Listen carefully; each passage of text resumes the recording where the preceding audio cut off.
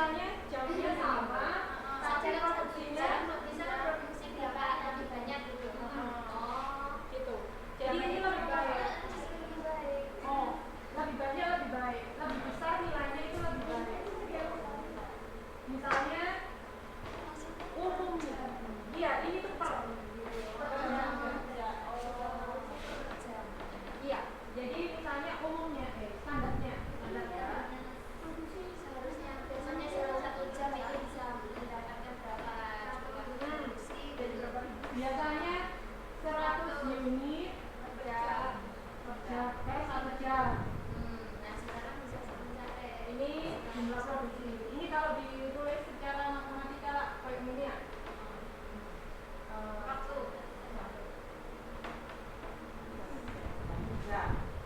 Aduh, tulisannya jelek banget. Biasanya kan gini.